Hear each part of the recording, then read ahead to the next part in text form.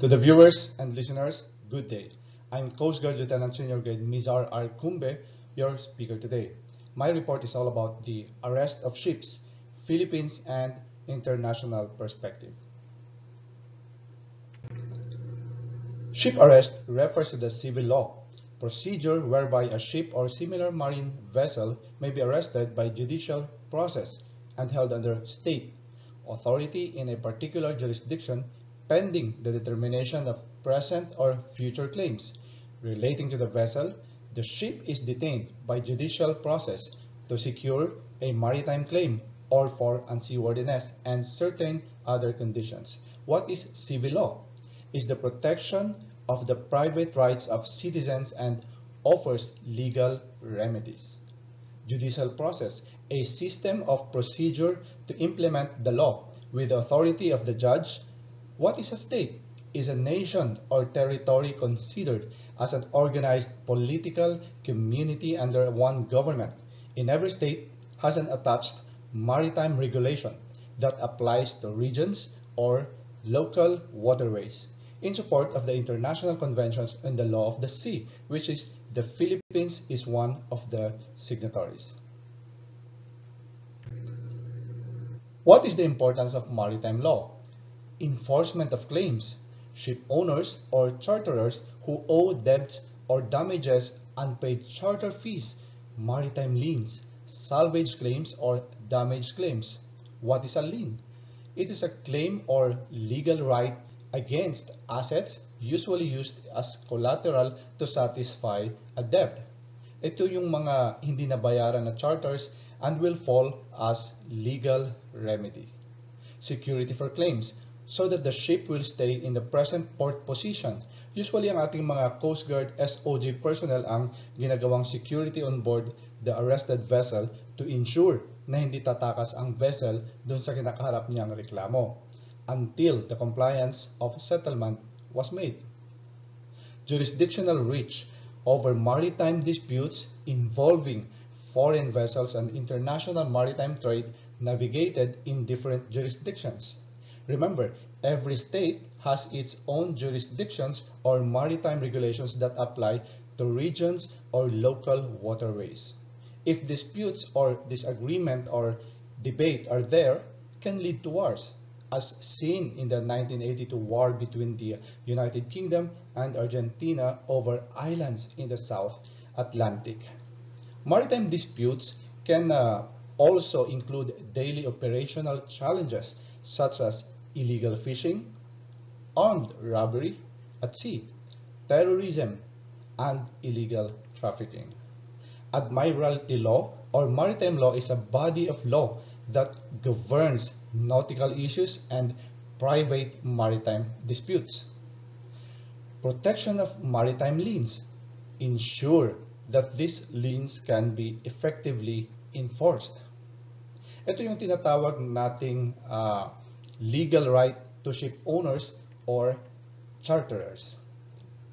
Legal certainty, resolving disputes related to maritime claims. It is usually the maritime boundary, the baseline, and the delimitation of the territorial sea, the EEZ and the continental shelf within the 200 nautical miles from the baseline. Support for ship financing, enforce their security interest in supporting the maritime industry. Like new construction, refurbishing, or redecorate, refinancing, purchase, acquisition. International harmonization laws across different jurisdictions. International harmonization aligning rules and standards to make it easy for business trade across borders and for countries to engage in international trade, especially pharmaceutical products under the International Council for Harmonization or the ICH. Legal framework in the Philippines. Overview of Philippine laws on ship arrests. What is the legal basis? That is governed by Rule 57 of the Rules of Court. That is from the Philippines, of course. Writ of attachment, under Section 10 of Presidential Decree number 1521, also known as Ship Mortgage Decree. Then, nagkakaroon na lang siya ng mga attachments on regulations inclined dun sa ship violations. Jurisdiction. Order the arrest of a ship within Philippine territorial waters. Authority to enforce maritime claims against vessel even if they are foreign owned or flagged as long as within Philippine jurisdiction. Kaya sa mga foreign vessel entering our territorial waters, ini-inspect yan ng ating mga port state control, especially the safety of the ship. It is a team composition of CIQS, which is the Custom, Immigration, Quarantine, and Safety, which is under the Coast Guard Port State Control. So, if there is a report from the port of origin of an international vessel and the destination is our country, that team will board the ship. But remember, hindi din natin basta-basta i-board ang ship if it is not subject to inspection, which is the 6-month duration of the ship's maritime safety equipment. If not compliant, we can enforce the ship arrest or detain the ship. In addition, if safety conquers damage to life and property, also the environment, detainable offense yan, unless otherwise rectified. So, ang kanya namang duration, a ship may be arrested and detained in port by court order in support of a maritime lien claim by creditors against the vessel and shall be valid for 12 months from the date of its issuance. Another is the relevant statutes and regulations, rules of court, Maritime Industry Authority regulations. The Philippines has no specific admiralty law. So nagkaroon lang ng mga attachments like Maritime Industry Authority regulations, regulatory matters related to maritime safety, security, and administration. It may issue regulations or guidelines pertinent to ship arrest. International conventions and treaties. The Philippines is a signatory to various international conventions and treaties related to maritime law. But last July 17, 2024 was approved by the House of Representatives Bill number 7819 to Philippine Maritime Zones Act. It aims to establish and clarify Philippine maritime boundaries following the United Nations Convention on the Law of the Sea, UNCLOS, of international and archipelagic waters, the territorial sea, the contiguous zone, the exclusive economic zone, and the continental shelf. But I will not expand more on this law, but put into the record that we have our own maritime law presently.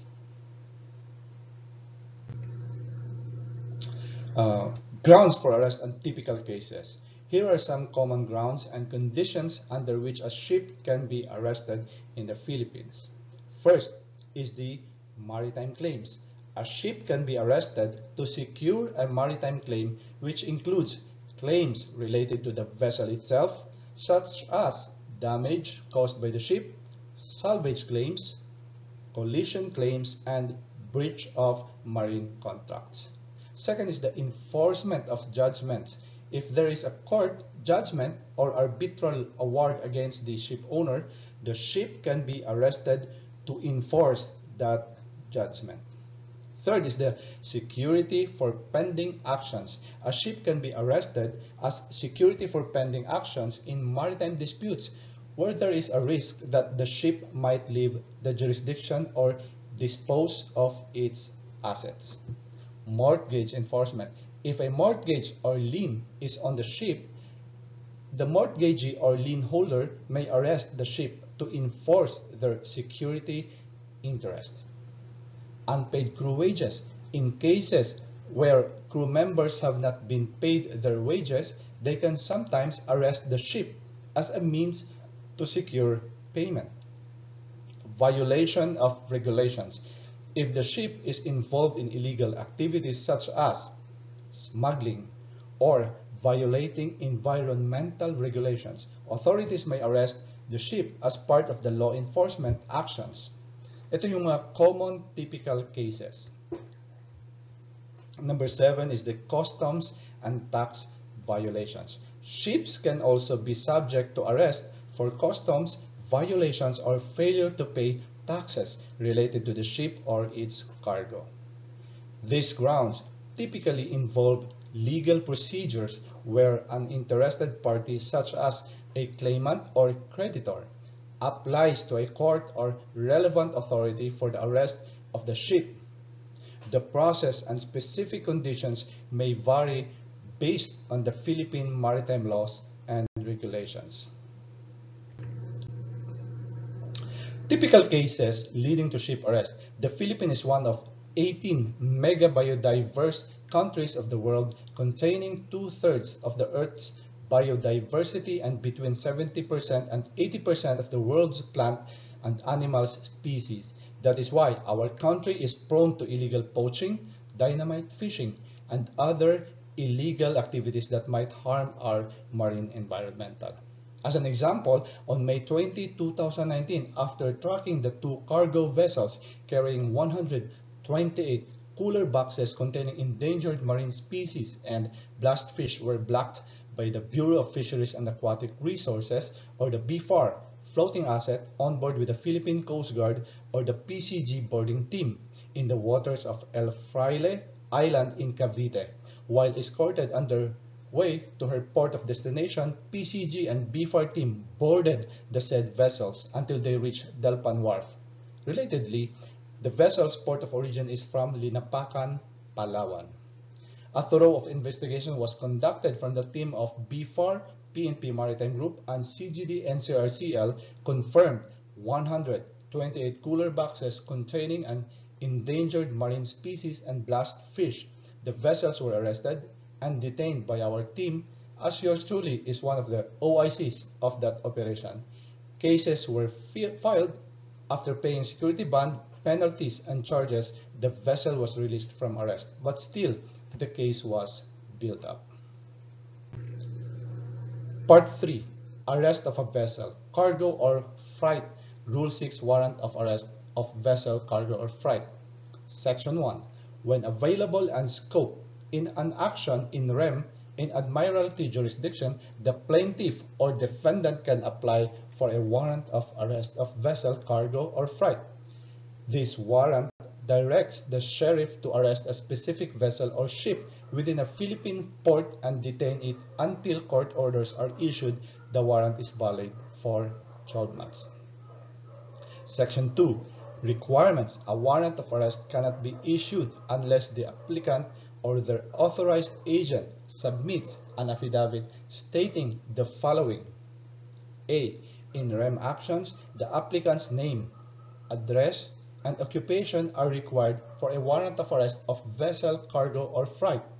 The claim or counterclaim not satisfied must be identified, and the property to be arrested must be also identified. In both rem and personam actions, the relevant person must be the owner, charterer, or person in possession of the ship, cargo, or freight involved. They must also be the beneficial owner of all shares in the ship, charterer of a charter by demis, and the nationality of the ship for which a warrant is required if the ship is foreign. Section 3. Issuance of a warrant of arrest of vessel, cargo, or freight. Before initiating an action, the plaintiff or defendant can apply for a warrant of arrest to arrest a ship, cargo, or freight. However, a warrant of arrest cannot be granted unless the arresting party provides a bond or security, including a corporate surety in the amount of 30% of the claim or 5 million pesos. A warrant of arrest must be issued with prior notice to the owner, charterer, master, or person in possession after the due hearing. In extreme urgency, a plaintiff may request ex parte warrant, which will be executed immediately, ensuring the complainant's safety. Section 4. Payment of port charges. The arresting party must cover all port fees, charges, and expenses for the preservation and maintenance of the ship or cargo during its arrest until its release or sale. Section 5. Execution of a warrant of arrest of vessel, cargo, or freight. A warrant of arrest of vessel, cargo, or freight must be served on the ship, cargo, or freight and served to the vessel's master or person in custody. The warrant must also be served on the ship registry or consulate. While a ship is under arrest, its cargo may still be discharged. Tuloy-tuloy po yan. Pwede pa rin po. A court-designated sheriff may summon officers from the Philippine Coast Guard, Bureau of Customs, Philippine Ports Authority, pertinent port authority, or any other law enforcement agency for assistance to enforce a warrant of arrest, who are considered duly deputized and must assist without causing harm to themselves. The sheriff returns the warrant by court rules. Section 6. Applications with respect to property under arrest. The sheriff can request court directions regarding the property under arrest and must inform all persons involved in relation to the property. The individual has initiated a warrant for property arrest, appeared in an arresting action, or intervened in an arresting action. Section 7. Bail bond. A bail bond or security, including a corporate surety from a Supreme Court approved surety company, can be given to a party to secure the release of a ship, cargo, or freight from arrest. The bond must be filed with the court and the warrant of arrest lifted upon receipt. Section 8. Report on arrest of vessels, cargo, or freight. The judge must report all actions taken on warrants of arrest of vessel, cargo, or freight to the Supreme Court within 15 calendar days.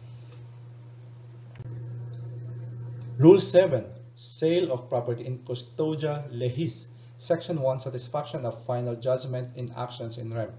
A ship or cargo under arrest warrant and in custodia legis due to insufficient bail bond filing can be sold at public auction to settle maritime claims.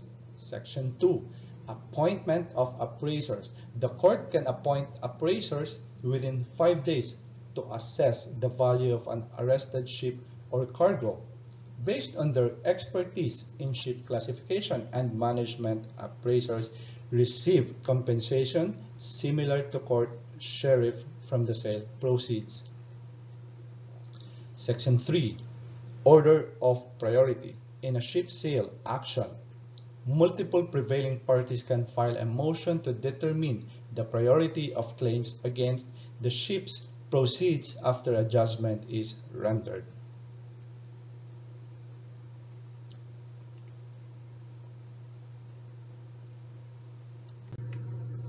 International perspective, comparison with other jurisdictions, how ship arrest is handled in other countries. United States, governed by Rule C of the Supplemental Rules for Admiralty or Maritime Claims and Asset Forfeiture Actions, creditors can bring an action against a vessel in rem without notifying its owners or naming them as defendants. Key differences and similarities. Philippines, maritime law, both civil and common law. Obligations and contracts. The new Civil Code and Code of Commerce address domestic carriage of goods, charter parties, collision, and general average. Salvage operations, a special law. Admiralty law, maritime common law, from decisions made by judges, referred to civil law and common law to solve maritime issues. Like the U.S. legal system, with the main sources of law being the Philippine Constitution, statutes enacted by Congress, treaties, and conventions judicial decisions, and customary law. The arrest of a ship can have several significant impacts on ship owners and operators. Immobilization, leading to financial losses and potential reputational damage. Financial implications, the vessel is detained until the claim is resolved or security is provided. Of course, we'll follow with the delays in cargo delivery, which affect charterers and cargo owners. The impact on ship owners and operators in terms of economic and operational implications can be quite significant and multifaceted. Economics and geopolitics can affect trade, routes, and profit of shipping operations. Autonomous ships, that is the reductions such as fuel savings, sustainability, energy consumption, and costs related to port charges.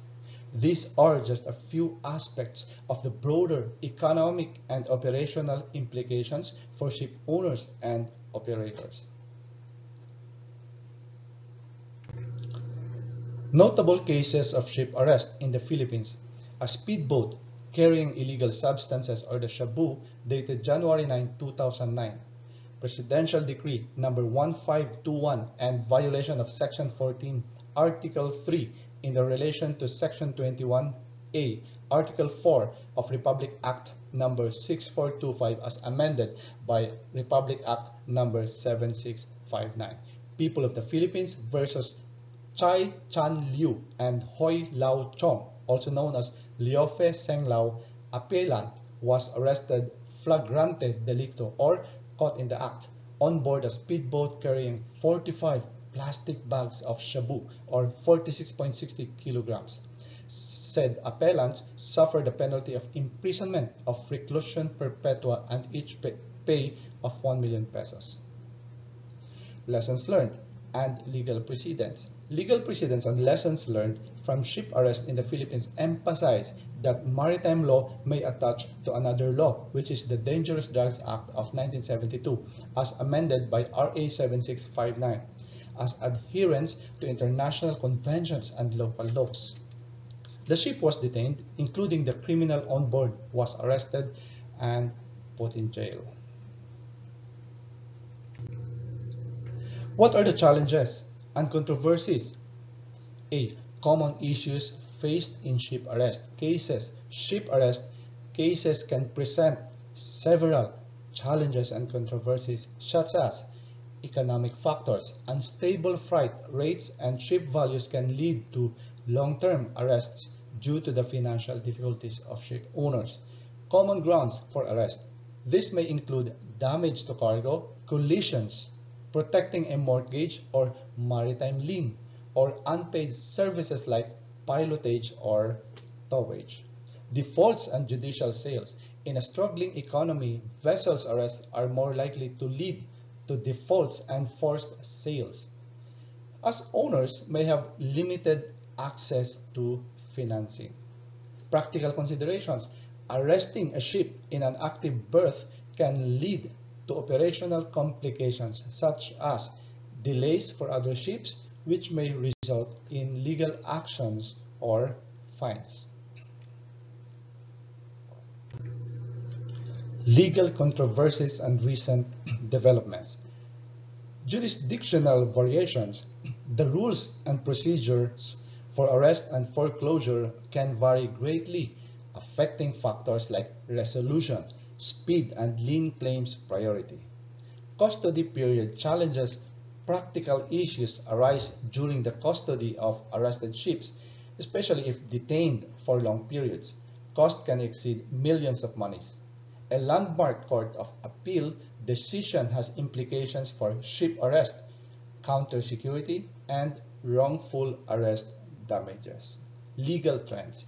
There are ongoing discussions about how current ships arrest practices fit within modern maritime society. Conclusion. Summary of key points. Vessel arrests are increasing due to economic downturns, with trends tied to rescissions like the previous COVID-19. Ship arrest occur for various reasons, including disputes over claims and maritime creditors' actions. Legal procedures must be followed and precautions taken to avoid wrongful arrests. Importance of understanding ship arrest laws. Knowing the laws helps protect the interests of maritime creditors and ship owners. It ensures proper legal action and compliance with international maritime regulations. Future outlook. The trend of increasing vessel arrests may continue with economic fluctuations. Legal framework may evolve to address new challenges in maritime law.